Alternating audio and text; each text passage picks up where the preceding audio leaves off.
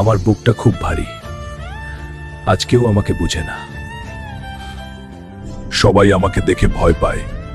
আমি কি করব? আমি শুধু একজন বন্ধু চাই, কিন্তু কেউ কাছে আসে না। আজ খুব ক্ষুধা লাগছে, কিন্তু আমার কাছে টাকা নেই। ইস, আমি যদি এমন বড় না হতাম, মানুষ আমাকে আপন করত। হঠাৎ একটা ছোট ছেলে আমাকে দেখে হাসলো। ছেলেটা বলল, আপনি ভয়ঙ্কর না, আপনি ভালো মানুষ। আজ প্রথমবার কেউ আমাকে নিজের মনে করলো। মানুষগুলো থেমে গেল আর ধীরে ধীরে হাসতে লাগলো। আমি হাল্ক, কিন্তু আজ আমি একা নই।